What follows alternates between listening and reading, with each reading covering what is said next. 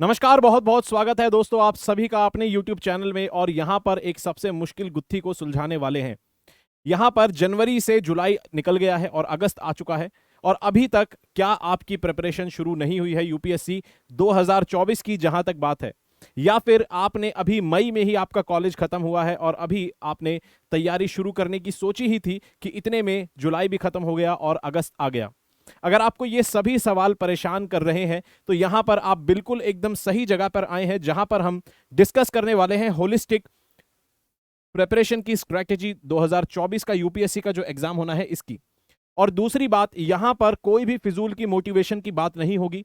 कोई भी किसी भी तरह की मोटिवेशन से मैं आपको पंप नहीं करने वाला जिससे आप इस बिलीव में आ जाएं, फॉल्स बिलीव में, कि भाई 2024 का जो एग्जाम है वो बड़ी ही आसानी से टैकल किया जा सकता है अगर 10 साल के पीवाईक्यू लगाकर चले जाएं, या फिर बस इतने मोटे मोटे सब्जेक्ट्स कर लें, बस इतना।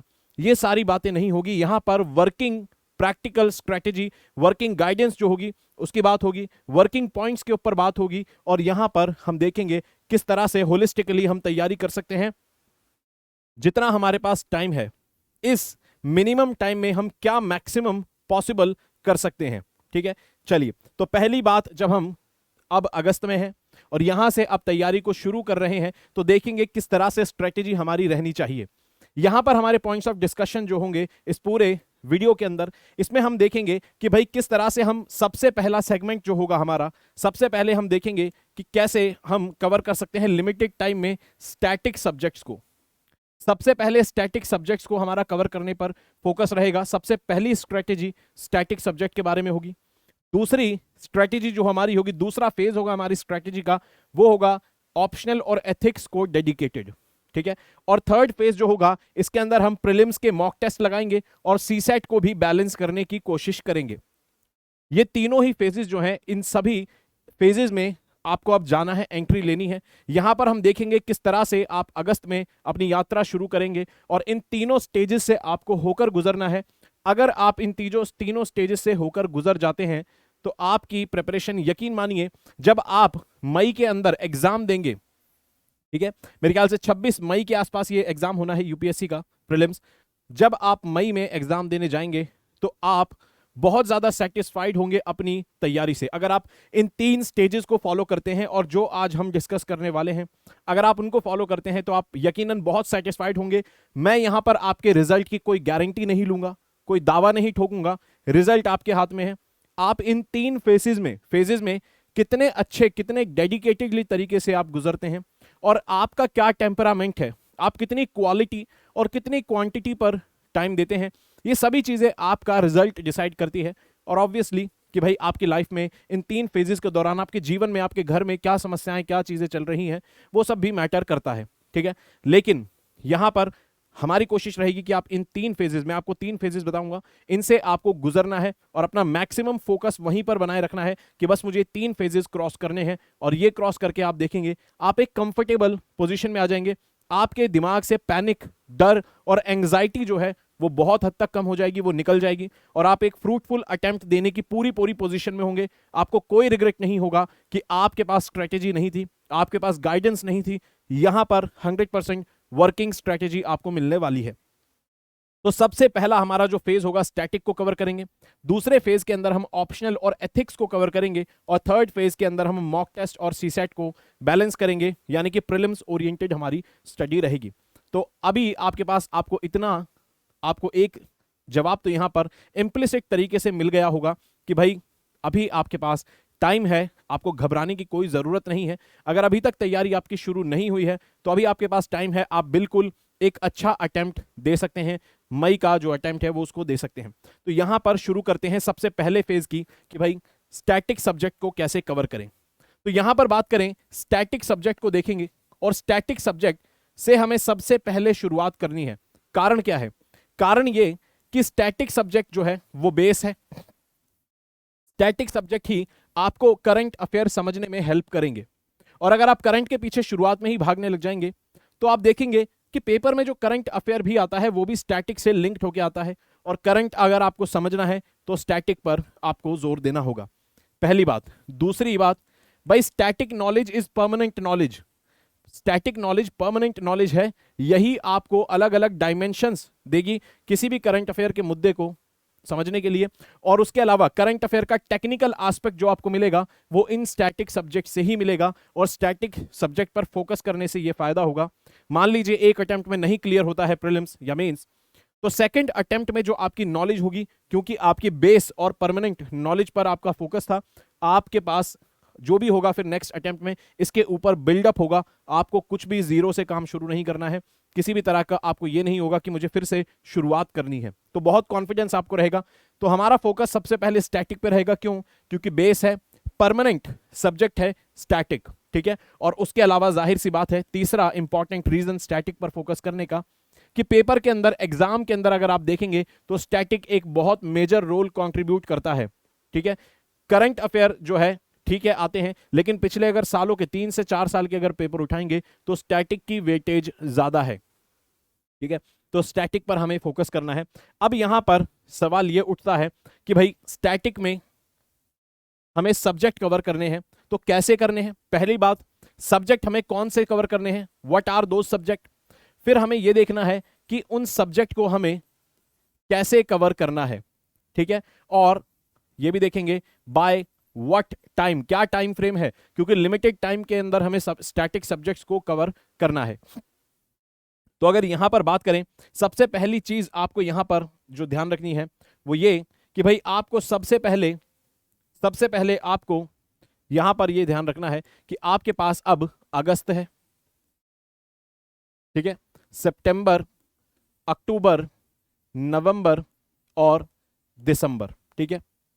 आपके पास अपने जो साल है उसको इस तरह से डिवाइड कर लेंगे, ठीक है। उसके बाद जनवरी, फरवरी, मार्च, अप्रैल और फिर मई। चलिए, मई में एग्जाम है। प्रिपरेशन का रूल नंबर 1, जब भी प्रिपरेशन शुरू करें, पहला अटेम्प्ट है चाहे दूसरा अटेम्प्ट है चाहे कोई सा भी अटेम्प्ट है, सबसे पहला रूल है प्रिपरेशन शुरू करने का कि अपने जितने भी आपके मंथ्स हैं, जितने भी महीने हैं, इसके अंदर से सबसे पहले 2 महीने माइनस कर दीजिए। अगर मई में एग्जाम है तो हम मई और अप्रैल को अपनी स्ट्रैटेजी में काउंट ही नहीं करेंगे। मई और अप्रैल को अपनी स्ट्रैटेजी में जब शुरुआत कर रहे हैं तो काउंट ही नहीं करेंगे, क्योंकि मई और अप्रैल कुछ भी नया सीखने का नहीं है, न्यू लर्निंग इसमें कुछ भी नहीं है। यहां पर हमें कुछ भी नया नहीं सीखना, तो जो भी हमारी प्रिपरेशन होनी है, जो भी नया सीखना है, वो हमारा सारा काम मार्च तक हो जाना चाहिए। इसके बाद अप्रैल और मई में हम कुछ भी नया नहीं सीखने वाले। हमें अपने पैरों पर कुल्हाड़ी नहीं मारनी है, हमें पैनिक क्रिएट नहीं करना है, हमें एंग्जाइटी क्रिएट नहीं करनी है, और हमें यहां पर इंफॉर्म्ड तरीके से स्ट्रैटेजाइज करना है प्रीलिम्स का अटेम्प्ट, ना कि अपनी एग्जाम को हम स्ट्रैटेजाइज करेंगे। उस समय हम सिर्फ और सिर्फ प्रीलिम्स पर फोकस करेंगे अप्रैल और मई में, तो हमें बिल्कुल भी इंक्लूड नहीं करना है। जो भी नया सीखना है पहले सीख लेंगे। अब यहां पर आपका जो समय बचा है, इसको यहां तक आप ये मान के चलिए कि दिसंबर तक इसको कैटेगराइज कर लीजिए, दिसंबर, और उसके बाद जनवरी और फरवरी, ठीक है। चलिए, और क्या थोड़ा सा कैसे यहां पर कैसे हम इसको देखेंगे, डील करेंगे इन अलग अलग कंपार्टमेंट्स को। ये जो पहला 1 2 3 4 5 महीनों का जो फेज है, ये 5 मंथ का जो आपका फेज है, ये पूरी तरह से डेडिकेटेड होना चाहिए पूरी तरह से स्टैटिक सब्जेक्ट्स को।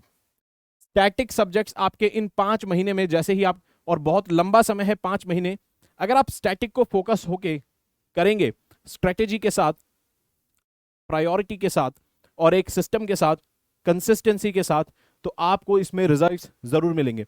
तो सबसे पहला काम है स्टैटिक सब्जेक्ट्स को यहां पर कवर करना है। कब? अगस्त से दिसंबर के बीच में। सवाल उठता है कि कैसे सब्जेक्ट की शुरुआत करें।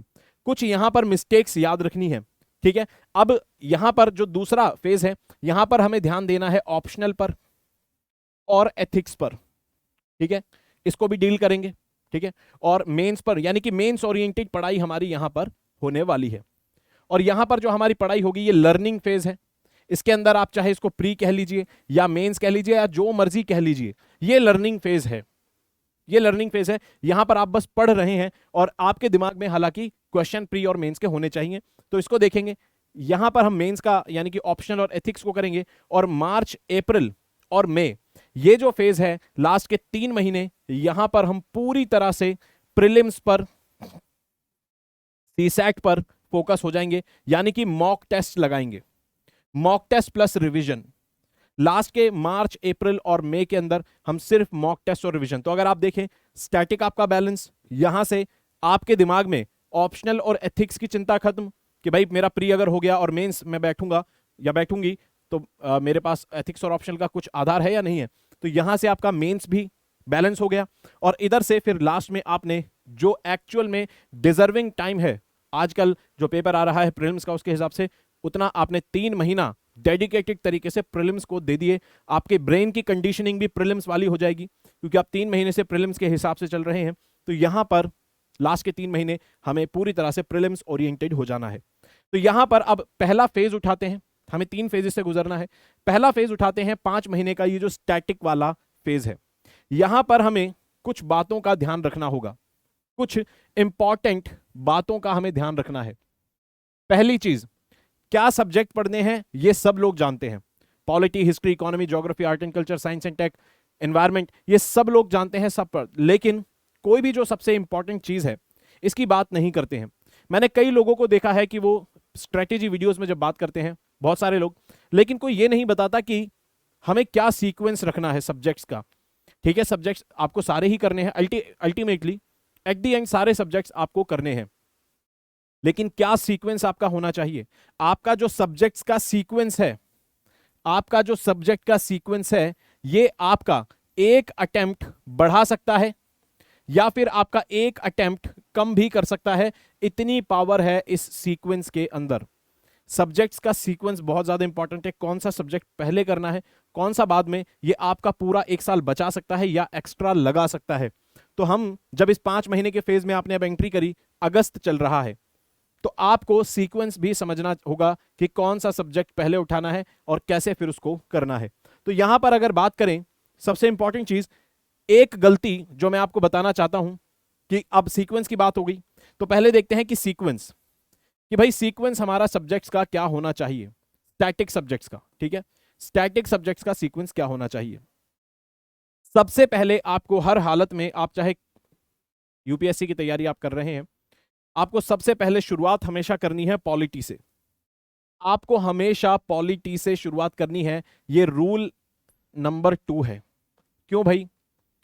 क्योंकि अभी आपको बहुत सारे रीजन मिलने वाले हैं।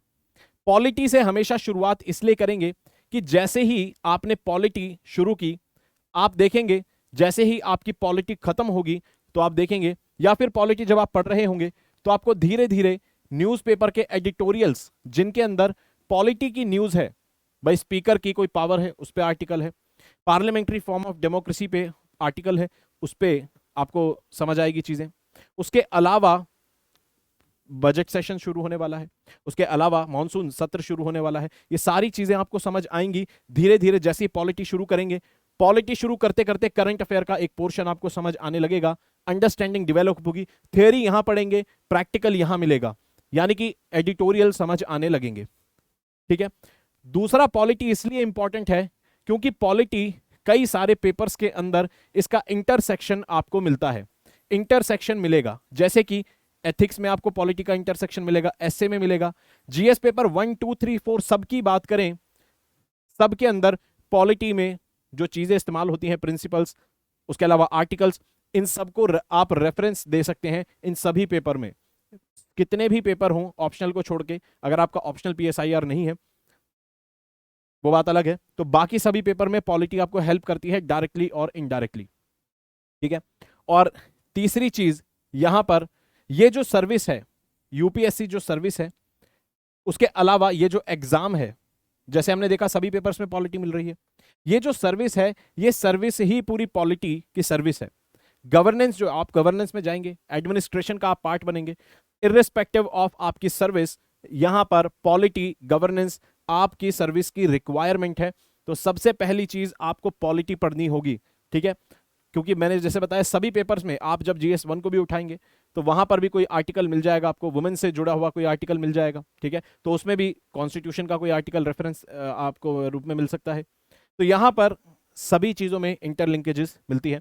इसके अलावा एग्जाम पॉइंट ऑफ व्यू से अगर देखें तो पॉलिटी जो है हर साल इसके 12+ तो क्वेश्चन आते ही आते हैं, 12-13 से ऊपर ही क्वेश्चन आते हैं। 12-13 से क्वेश्चन ऊपर आते हैं, 15-16-17 तक भी क्वेश्चन आते हैं। तो यानी कि एग्जाम में वेटेज भी बहुत ज्यादा है। उसके बाद जो इंपॉर्टेंट पॉइंट है वो ये कि वेटेज तो ज्यादा है लेकिन इसके अंदर आउटपुट भी ज्यादा होता है। पॉलिटी में पॉलिटी का आउटपुट भी ज्यादा होता है। अगर आप दूसरा कोई सब्जेक्ट करेंगे, मान लीजिए उसके 20 क्वेश्चन आए, मान लीजिए मॉडर्न हिस्ट्री के 20 क्वेश्चन आए। अब मॉडर्न हिस्ट्री के क्वेश्चन या हिस्ट्री के इस तरह से बनाए जा रहे हैं पिछले 5-6 सालों से कि जो पढ़ के जाता है वो भी नहीं कर पाता और जो नहीं पढ़ के जा रहा वो तो कर ही नहीं पा रहा। तो यहां पर जरूरी है कि आपको आउटपुट पर भी ध्यान देना है। पॉलिटी वो सब्जेक्ट है, अगर आप इसमें एफर्ट डालेंगे तो इसमें आपको आउटपुट जरूर मिलेगा। ठीक है, जरूर आपको इसके अंदर आउटपुट मिलेगा। और उसके अलावा पॉलिटी के स्टैटिक क्वेश्चन जीएस पेपर 2 में डायरेक्ट आते हैं। फाइनेंस कमीशन के ऊपर पूछ लिया, अटॉर्नी जनरल के ऊपर पूछ लिया, यानी कि जो स्टैटिक पार्ट है उस पर भी क्वेश्चन पूछ लेता है। इमरजेंसी प्रोविजंस पे पूछ लिया, फाइनेंशियल इमरजेंसी पे पूछ लिया। इस तरह से क्वेश्चन पिछले सालों में पूछे गए हैं। तो सबसे पहली चीज पॉलिटी पढ़नी है। पॉलिटी इसलिए भी इंपॉर्टेंट है, पहला क्योंकि इसको बहुत ज्यादा डिटेल में, सबसे ज्यादा डिटेल में जिस सब्जेक्ट को पढ़ते हैं, बाल की खाल निकाल के एक एक शब्द जो लक्ष्मीकांत का चाट लेते हैं, पढ़ लेते हैं, वो है पॉलिटी। तो पॉलिटी को सबसे पहले आप देंगे क्योंकि करंट अफेयर में आपको समझ आएंगी, लिंकेज बनेगी, तो आपका एक कॉन्फिडेंस बूस्ट होगा जब हिंदू उठाएंगे। दूसरे नंबर पर आपको इकोनॉमी उठानी है for the same reasons. Economy इसलिए उठानी है क्योंकि आपको डायरेक्टली हेल्प करेगा करंट अफेयर समझने में, क्योंकि अब आपका पॉलिटी हो गया है, आपको एडिटोरियल जो है पॉलिटी से जुड़े हुए समझ आ रहे हैं, गवर्नेंस से जुड़े हुए। अब आपने इकोनॉमी पढ़ लिया, अब जब आप न्यूज़पेपर उठाएंगे तो आपको इकोनॉमी के आर्टिकल्स भी समझ आएंगे, जो पहले repo rate, reverse repo rate, inflation rate कितना हो गया, कैसे एफडीआई आ गया और उससे क्या फर्क पड़ गया, ठीक है, एक्सचेंज रेट पर, इन्फ्लेशन वगैरह पे। ये सारी चीजें, मॉनेटरी पॉलिसी कमेटी की जो बैठक हो गई उससे क्या चीजें निकल कर आई, ये सारी चीजें आपको समझ आएंगी जब आप इकोनॉमी करेंगे। तो अब ये होगा कि जैसे ही आपके 2 सब्जेक्ट हुए, ये 2 सब्जेक्ट वेटेज के हिसाब से भी बहुत ज्यादा इंपॉर्टेंट है, करंट अफेयर के एप्लीकेशन के हिसाब से बहुत ज्यादा इंपॉर्टेंट है, और खुद में तो इंपॉर्टेंट है ही क्योंकि इकोनॉमी पेपर 3 के अंदर काफी ज्यादा पूछी जाती है। तो करंट अफेयर्स, अब आप सोचिए, आपने तैयारी की शुरुआत करी, 2 सब्जेक्ट तैयार करे, साथ साथ आपको हिंदू उठा रहे हैं, तो आपको समझ आ रहा है। आप उस बच्चे की हालत अज्यूम करिए जो कि सब्जेक्ट्स पढ़ रहा है, जिसने शुरुआत करी तैयारी की और उसने सब्जेक्ट्स करने शुरू करे। उसको 3 महीने हो गए, उसने ज्योग्राफी कर ली, हिस्ट्री कर ली या फिर अपना ऑप्शनल कर लिया। 3 महीने उसने इस चीज में लगा दिए और साथ साथ वो हिंदू भी पढ़ रहा था, द हिंदू। अब वो देखता है कि उसे द हिंदू भी 3 महीने तक समझ नहीं आ रहा है, या इंडियन एक्सप्रेस 3 महीने तक वो समझ नहीं आया। 3 महीने यहां से उसने अपने सब्जेक्ट्स को दिए और वो इन 2 टेंशन में डूबा हुआ था कि भाई मुझे हिंदू समझ नहीं आ रहा है, मेरा करंट अफेयर रुका हुआ है और मैं अपने ये जो सब्जेक्ट्स हैं ये 3 कर रहा हूं, तो वहां पर भी आउटपुट पूरा नहीं आता और उस बच्चे का कॉन्फिडेंस एकदम से नीचे आ जाता है। वो फिर यूट्यूब पे जाकर या तो हिंदू के और इंडियन एक्सप्रेस के एनालिसिस वगैरह देखने की कोशिश करता है, समझने की कोशिश करता है, या फिर खुद से बैठकर अलग अलग जगहों से उसको ऐसी ऐसी एडवाइसेस मिलती हैं कि आप नोट्स बनाइए बैठकर न्यूज़पेपर के। 3-3 4-4 घंटे वो बच्चा न्यूज़पेपर को देता है। ये सब नहीं करना है, ठीक है।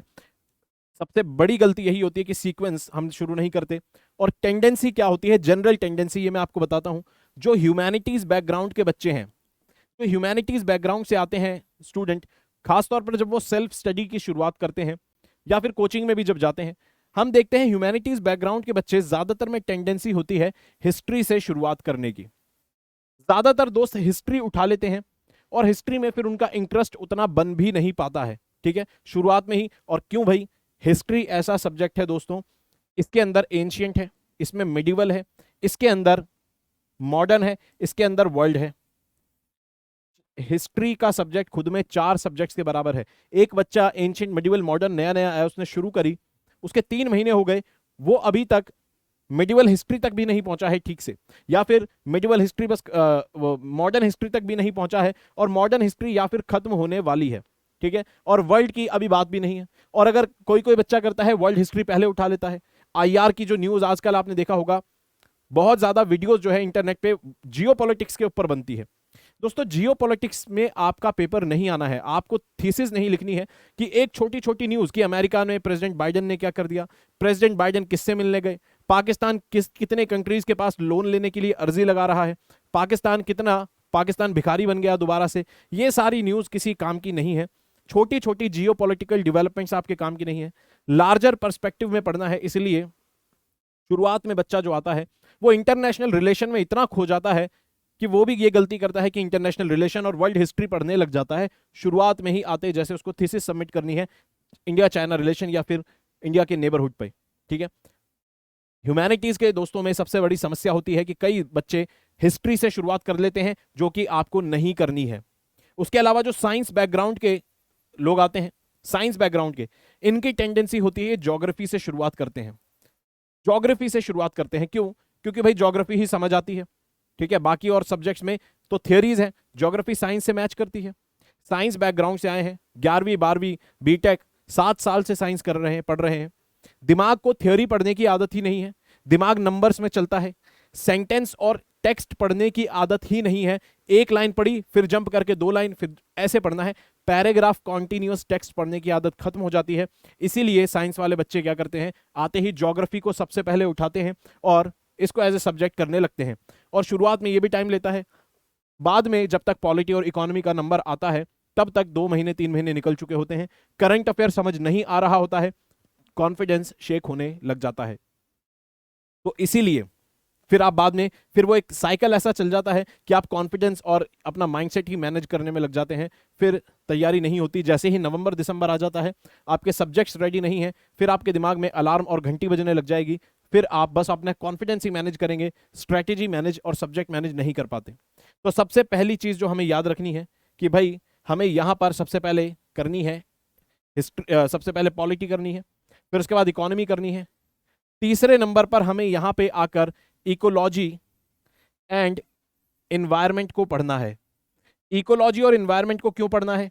पहली बात, करंट अफेयर में बहुत सारा पोर्शन इकोलॉजी और एनवायरनमेंट से आता है। न्यूज़पेपर में आर्टिकल्स, क्लाइमेट चेंज वगैरह, वेस्टर्न डिस्टर्बेंसेस, वेस्टर्न घाट्स की इकोलॉजी, हिमालयन इकोलॉजी, ये मरीन इकोसिस्टम में जो बदलाव हो रहे हैं, वो सारी चीजें घूम फिर के क्लाइमेट चेंज और एनवायरनमेंट इकोलॉजी पे आ जाती है। ठीक है, तो करंट अफेयर में इकोलॉजी बहुत मेजर रोल प्ले करता है। उसके अलावा पेपर में अच्छी खासी वेटेज आपको मिलेगी इकोलॉजी और एनवायरनमेंट की। क्यों भाई? क्योंकि आपको एक चीज ये समझनी है, ये जो प्रीलिम्स है ये कॉमन पेपर है सिविल सर्विसेज और फॉरेस्ट सर्विस दोनों के लिए। तो ये सिविल और फॉरेस्ट सर्विस के लिए जब एक कॉमन पेपर है, तो आप कितना भी इसमें जोर लगा लीजिए, इकोलॉजी और एनवायरनमेंट की वेटेज एक लेवल से नीचे कभी भी नहीं जाएगी, क्योंकि ये फॉरेस्ट सर्विसेज का भी पेपर है जो प्रीलिम्स आप दे रहे हैं। तो एनवायरनमेंट और इकोलॉजी को आपको प्रायोरिटी पे रखना है, क्योंकि इसके क्वेश्चन आने ही आने हैं। फॉरेस्ट वालों का कॉमन सब्जेक्ट यहां पर ये आपको मिलेगा। ठीक है, चलिए, तो यूपीएससी के लिए भी इंपॉर्टेंट है, लेकिन ये फॉरेस्ट का भी कॉमन पेपर है, तो इकोलॉजी एनवायरनमेंट के एक लिमिट तक पूछेगा, कभी भी बहुत कम इसके क्वेश्चन नहीं होंगे। ठीक है, चलिए, तो इकोलॉजी और एनवायरनमेंट को अपनी यहां पर प्रायोरिटी बनाएंगे। चलिए, उसके बाद चौथे नंबर पे हमें करनी है मॉडर्न हिस्ट्री।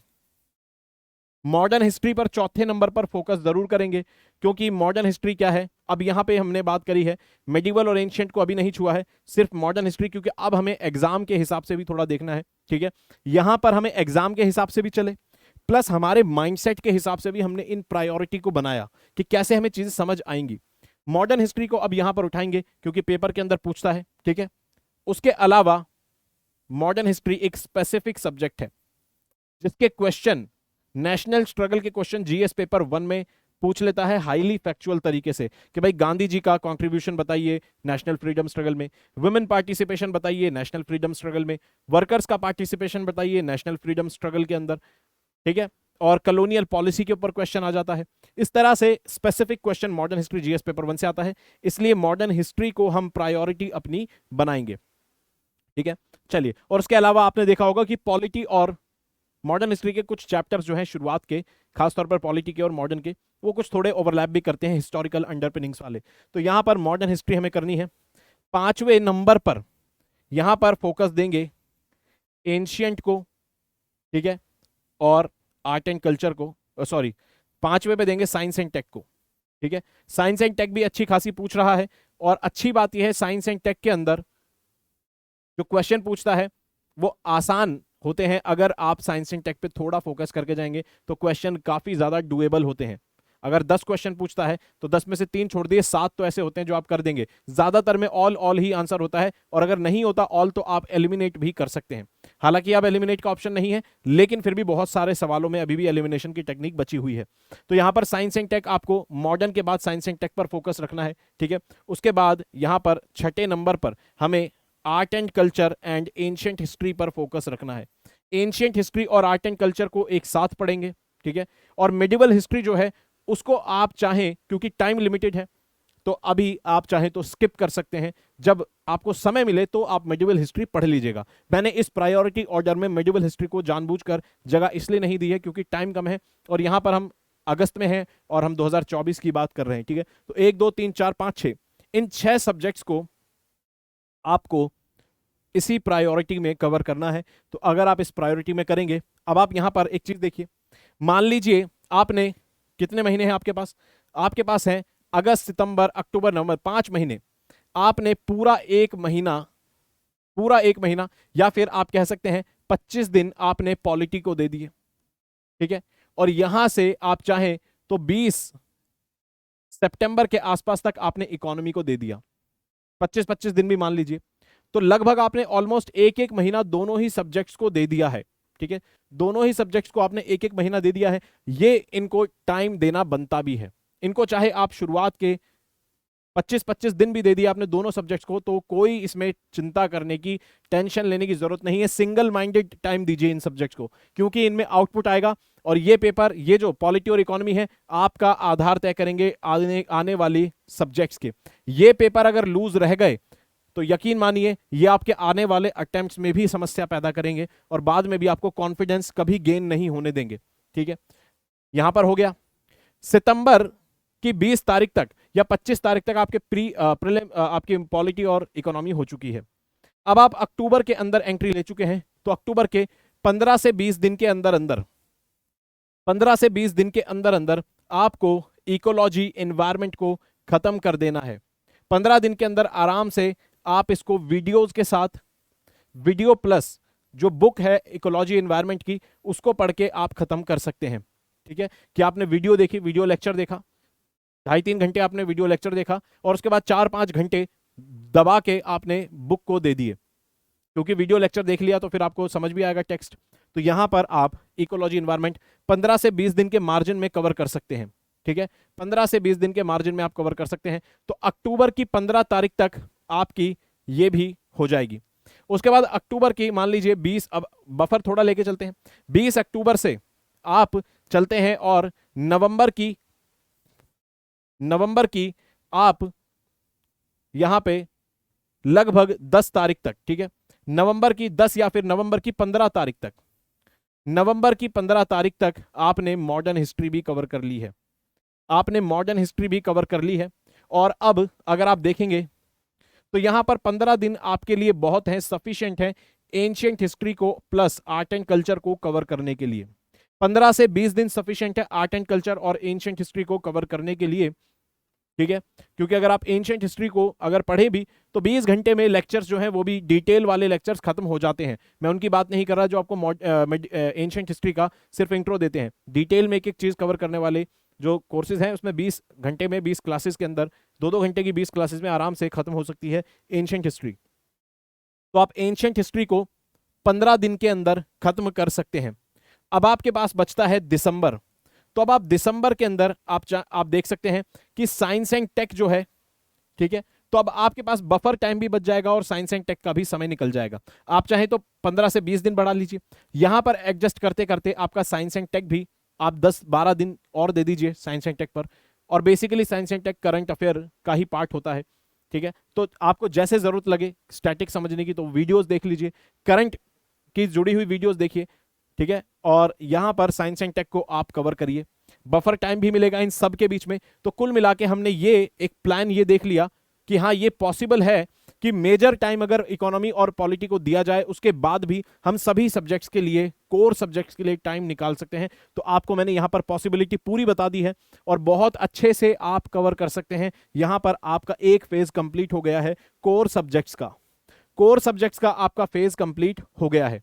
अब यहां पर अगर आप देखेंगे दिसंबर में थोड़ा सा बफर था, तो यहां पर अगर आपको लगता है कि भाई मैं पढ़ पढ़ के बहुत ज्यादा बोर हो गया हूं, ठीक है, पढ़ पढ़ कर थोड़ा बोर हो गया हूं, तो यहां पर आप क्या कर सकते हैं, दिसंबर की 20 तारीख के बाद दिसंबर की 20 तारीख के बाद आप अपना ऑप्शनल थोड़ा थोड़ा पढ़ना शुरू कर सकते हैं।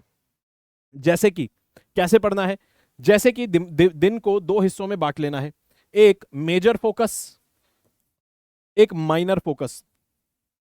मेजर फोकस उसको देना है, जैसे दिसंबर में यहां पर मंथ कौन सा है, स्टैटिक का, तो स्टैटिक को मेजर फोकस में रखना है, ठीक है, स्टैटिक को। और माइनर फोकस में हमें ऑप्शनल को शुरू कर देना है। जैसे कि दिन में आप 8 घंटे स्टडी कर रहे हैं तो 6-7 घंटे आप दे रहे हैं मेजर सब्जेक्ट, जो आपका मेजर फोकस चल रहा है जिसपे। माइनर फोकस यानी कि 2 से 1.5 घंटा या 2.5 घंटा आप उस एक सब्जेक्ट को दे रहे हैं जो माइनर फोकस का यहां पर बना हुआ है। अब यहां पर आप सेकंड फेज में एंट्री ले चुके हैं, जनवरी के अंदर और फरवरी के अंदर, ठीक है। जनवरी और फरवरी में आपने एंट्री ले ली है, ठीक है। अब आपके पास है जनवरी, फरवरी और यहां पर है नीचे मार्च, ठीक है। चलिए, अब आपने थोड़ा सा बफर टाइम भी ले लिया ऊपर से, आपकी मर्जी है बफर लें या ना लें, ठीक है, आपकी मर्जी है, चाहे तो यहां से आप करिए। इन 2 महीने में आप अपने ऑप्शनल को बहुत अच्छे से टाइम दीजिए। जितना यहां पर आप ये मान के चलिए 2 महीने बाद ही आपका मेंस है, 11-11, 10-10 घंटे ऑप्शनल को दीजिए बढ़िया तरीके से, क्योंकि आप ये मान के चलिए यही आपके पास टाइम है, आखिरी झटका आप यहीं पे दे सकते हैं। इसके बाद ऑप्शनल आपको कभी भी नया नहीं लगेगा। आपको टारगेट ये लेकर चलना है कि ऑप्शनल को इतना पढ़ लेना है कुछ भी नया ना लगे जब प्री निकल जाए। जब प्री निकल जाए तो ऑप्शनल में कुछ नया बचे ही ना। आपको भले ही दिमाग के अंदर रिटेंशन कम रहे यहां पर इस लेवल पे, लेकिन अंडरस्टैंडिंग वाली जितनी चीजें हैं वो सब क्लियर हो जाएं। मान लीजिए आपका ऑप्शनल जो है 70% अंडरस्टैंडिंग बेस्ड है, 30% फैक्चुअल है। इस 30% को छोड़ दीजिए, 70% 60% जो मुश्किल चीजें हैं समझने वाली, उस पर फोकस करिए। इस दौरान आपका ऑप्शनल अगर 70% भी कवर हो गया, 30% की टेंशन आपको नहीं लेनी है, क्योंकि 70% आपकी कैपेसिटी को इतना बढ़ा देगा, 30% आप कभी भी 15 दिन में खत्म कर देंगे। यहां पर 70% जो मेजर पार्ट है ऑप्शनल का, उस पर फोकस करेंगे। जनवरी और फरवरी में अपने दिन का ज्यादा समय ऑप्शनल को देंगे और माइंड फ्रेश करने के लिए थोड़ा बहुत समय माइनर फोकस एथिक्स को देंगे। भाई एथिक्स को क्यों? क्योंकि एथिक्स एक रिफ्रेशिंग सब्जेक्ट है। मोरालिटी क्या है, लॉ रूल और रेगुलेशन में क्या डिफरेंस है, मोरालिटी और लीगैलिटी, लीगैलिटी वर्सेस मोरालिटी, ठीक है। और जैसे एडमिनिस्ट्रेशन के अंदर प्रोबिटी कैसे चाहिए, ये सारी चीजें जो है, स्टोरीज आप इसके अंदर पढ़ते हैं, एग्जाम्पल्स पढ़ते हैं, केस स्टडीज पढ़ते हैं, तो रिफ्रेशिंग पार्ट है एथिक्स। तो यहां पर अपना समय दीजिए, ऑप्शनल को मेजर और माइनर फोकस एथिक्स पर रखिए। आपके दिमाग से दोनों गिल्ट निकल जाएंगे कि एथिक्स नहीं हुआ, ऑप्शनल नहीं हुआ। आपने एथिक्स भी, मान लीजिए मैं कह रहा हूं कि यहां पर आपने एथिक्स भी 70% कर लिया, बस 70% बहुत है, टेंशन नहीं लेनी 30% की, 100% के पीछे नहीं भागना। 70% भी हो जाए तो प्री और मेंस के बीच में भी टाइम मिलेगा, ठीक है। और वहां आपका मेजर फोकस इन्हीं चीजों पर रहने वाला है। यहां पर मेजर फोकस अभी हमारा प्रीलिम्स है, तो यहां पर जनवरी फरवरी में आप मेजर और माइनर तरीके से ऑप्शनल और एथिक्स को बैलेंस करेंगे। साथ ही में आपको एक चीज याद रखनी है, जनवरी फरवरी आप चाहें तो अपना ऑप्शनल थोड़ा सा मार्च तक भी एक्सटेंड कर सकते हैं। मार्च की 15 तारीख तक चाहें तो आप अपना ऑप्शनल और एथिक्स वाला ये जो पूरा अफेयर है इसको चला सकते हैं मार्च तक, ठीक है। तो मार्च तक आप चाहें तो थोड़ा एक्सटेंड कर सकते हैं, वो आपके ऊपर डिपेंड करता है। इतना रूम आपके लिए इस स्ट्रेटेजी के अंदर बचा हुआ है। तो आप देख रहे हैं कि यहां पर जो स्ट्रेटेजी हम डिस्कस कर रहे हैं, इसके अंदर आपके इंप्रोवाइजेशन का भी स्कोप है। आपके पास बफर टाइम भी आपको मिल रहा है, बशर्ते आप अपना 100% हर तरीके से हर सब्जेक्ट्स को यहां पर देंगे, ठीक है। चलिए, अब यहां पर मार्च आ गया है, ठीक है। हमारा थर्ड फेज प्रिपरेशन का शुरू हो गया है। मार्च से कुछ भी नया सीखने का काम बंद हो चुका है। अब मार्च में हमें कुछ भी नया नहीं सीखना है। 15 मार्च तक आपने विंडो क्लोज कर दी। अब अप्रैल और मई, ठीक है। मार्च, अप्रैल और मई, मैं मान के चल रहा हूं आपके पास यहां पे 80 से 90 दिन है, ठीक है, या फिर 70 से 80 दिन है। 70 से 80 दिन आपके पास यहां पर है। अब आपको क्या करना है, जो पहला अटेम्प्ट देते हैं उन दोस्तों की मैं टेंडेंसी बता रहा हूं, उनका ये होता है जब वो यहां पर होते हैं दिसंबर में, जुलाई में, अगस्त में, अभी सभी दोस्त पता है क्या सोच रहे होंगे फर्स्ट अटेम्प्ट वाले, मैं यार 3-3 कोचिंग की टेस्ट सीरीज लगाऊंगा, मैं 90-90 टेस्ट, 80 टेस्ट लगा के जाऊंगा। दिसंबर तक भी यही सोचते हैं कि 3-3 टेस्ट लगाएंगे, 3-3 इंस्टीट्यूट्स की टेस्ट सीरीज लगाएंगे। लेकिन आपको इस चीज के पीछे नहीं भागना है। Be realistic, be practical. फरवरी तक, मार्च तक आप आ चुके हैं, 70 से 80 दिन है। आपको सिर्फ 35 टेस्ट लगाने हैं। जो भी किसी इंस्टीट्यूट की आप टेस्ट सीरीज को लगाते हैं उसके 35 टेस्ट की टेस्ट सीरीज उठाइए। उन 35 टेस्ट को आपको 70 से 80 दिन में लगाना है। यानी कि आपको यहां पर क्वालिटी पर फोकस करना है और 70 से 80 दिन आप इन टेस्ट सीरीज को लगाएंगे, साथ में सीसैट को भी पढ़ते रहेंगे। 70 से 80 दिन है, अपना दिन ऐसे ही डिवाइड करेंगे। मेजर पोर्शन आपका जाएगा टेस्ट सीरीज लगाने में, उसको एनालाइज करने में, और माइनर फोकस जाएगा सीसैट के पास। ठीक है, तो अगर आप 70 से 80 दिन 2-2 घंटा 3-3 घंटा भी सीसैट को अगर देंगे तो बहुत ज्यादा सफिशिएंट है आपका पेपर निकलने के सीसैट में, फिर आपको समस्या नहीं होगी। ठीक है, चाहे कैसा भी सीसैट बन रहा हो, 3-3 घंटे 70 से 80 दिन देंगे तो समस्या नहीं आने वाली है। अब यहां पर ये जो 35 टेस्ट आपको दिए हैं, यहां पर मॉक टेस्ट ये आपको लगाने हैं और साथ में रिवीजन करनी है। यानी कि मॉक टेस्ट लगाना मतलब रिवीजन ही करना है। यानी कि अप्रैल मई मार्च, यानी कि मार्च अप्रैल और मई, ठीक है, यहां से 3 महीने जो हैं आपकी रिवीजन का समय है, जिसमें आपको कैसे रिवीजन करनी है। पहले मॉक लगाना है। मॉक लगाते ही सबसे पहले अब आपको यहां पर डिस्कस कर रहे हैं कि मॉक कैसे लगाना है इन 3 महीनों के दौरान। तो सबसे पहले आपको मॉक टेस्ट लगाना है। उसमें आपको यह देखने हैं कितने रॉन्ग क्वेश्चन, कौन कौन से क्वेश्चन गलत हुए हैं। जो गलत हुए हैं इनको रीड करेंगे, एनालाइज करेंगे क्या गलती हुई। सेकंड, जो क्वेश्चन राइट हुए, करेक्ट हुए, उनको रीड करेंगे, उनको एनालाइज करेंगे। ठीक है, और थर्ड, पूरा पेपर रीड कर लिया, अब ये आइडेंटिफाई करिए कि कौन से ऐसे टॉपिक्स हैं, कौन से ऐसे टॉपिक्स हैं जो कि आपको लग रहा है कि आपको दोबारा पढ़ने की जरूरत है या फिर आप जिसमें वीक हैं। तो ऐसे टॉपिक को टेस्ट के बाहर एक लिस्ट बना लीजिए कि भाई फंडामेंटल राइट, डीपीएसपी, ये सारी चीजें। ठीक है, और फिर क्या करिए, उन टेस्ट को आप, वो जो टॉपिक जो आपने लिखे हैं उसको रिवाइज करिए। कैसे? बुक में आप जाएंगे, मान लीजिए फंडामेंटल राइट, डीपीएसपी, और आपको इमरजेंसी प्रोविजन रिवाइज करने हैं। आपने बुक खोली और सिर्फ आपने उन्हीं चीजों को पढ़ा जो आपको रिवाइज करनी थी, और बुक बंद कर दीजिए। एंड टू एंड रिवीजन मत करिए, जो टेस्ट में है वही रिवाइज करिए, क्योंकि जो गलत हुआ आपसे वो आपने पढ़ लिया, समझ लिया, रिवाइज कर लिया। राइट वाला भी आपने पढ़ा, समझा, रिवाइज करा, तो यहां पर बचा जो आपको वीक लगा, अब वो भी कवर हो चुका है। तो हर सब्जेक्ट के मॉक ऐसे ऐसे लगाते जाएंगे तो आपके ऑलमोस्ट सारे सब्जेक्ट इस बीच रिवाइज हो जाएंगे। आपके ऑलमोस्ट सारे सब्जेक्ट रिवाइज हो जाएंगे। और टारगेट ये रखिए कि एग्जाम से 10 दिन पहले तक, एग्जाम से 10 दिन पहले तक आप ये सारे टेस्ट पढ़ लें, सारे टेस्ट अटेम्प्ट कर दें, और आपको 35 टेस्ट लगाने हैं 70 दिन में। यानी कि ऑलमोस्ट 2 दिन के अंदर आप एक टेस्ट को भी लगाएंगे तो भी आप सफिशिएंटली कवर कर सकते हैं। तो लगभग 70 दिन अगर आप मोटा मोटा मान लेंगे, 35 टेस्ट बड़े आराम से आप लगा सकते हैं। और अगर आप 35 टेस्ट लगा लिए, आपकी रिवीजन भी होगी। एग्जाम से 10 दिन पहले तक आप इस पोजीशन में आ चुके हैं, एग्जाम से 10 दिन पहले तक आप इस पोजीशन में आ चुके हैं कि आपका स्टैटिक जो है सारे सब्जेक्ट कवर भी हैं, आपने पढ़ लिए हैं, प्लस उनके मॉक टेस्ट लग चुके हैं, प्लस मॉक टेस्ट के साथ आपने उनको रिवाइज कर लिया है। ये आपका एक स्टेटस आपको देखने को मिलेगा पेपर से 10 दिन पहले।